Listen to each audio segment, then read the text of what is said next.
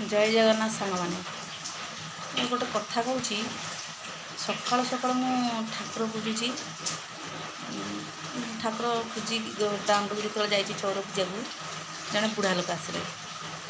सी सियाड़ू डाकी डाकी कौन कहीकि आसना किए बाहाघर कर पुओ झीर आस मु बुझी तो से वृद्ध लोक आसता बुझी बुझी तो आम गाँव किसी लोक आसिले आम गाँव किसी लोक आसिक समस्ते कहले आमर एमती झील दरकार पुओ दरकार सी वृद्ध लोक जनक कहले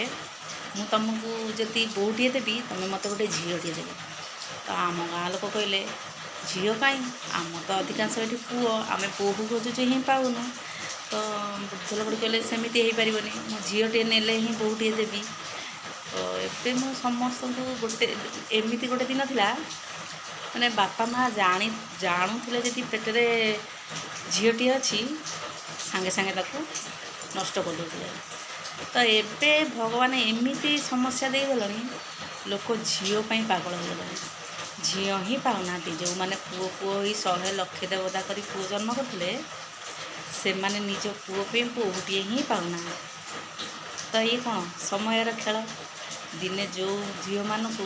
पादर जोता बोली समस्ते भावुले आज से ही झील मानू पैसा दिया ही किना हम निज पुओ को निज जो कहते नारी निर्यातना ये सी देखिए एवं झील मानकर राज चलो झील मानू जो डिमांड आनी पुओ मान बाहर घर पूरा पूर्ण करदे एवं झील मान बापा माँ को पैसा देकी से मैंने झील को बोहू करके आणवे आ बहुत कष्ट एवं तो झील मानकर एमती आड़ा हो बापा मैंने केवल चाकरिया ही खोज आउ कौन बेकार ना कि एटी सेठी माड़ी देवा कथा भी चिंता नहीं।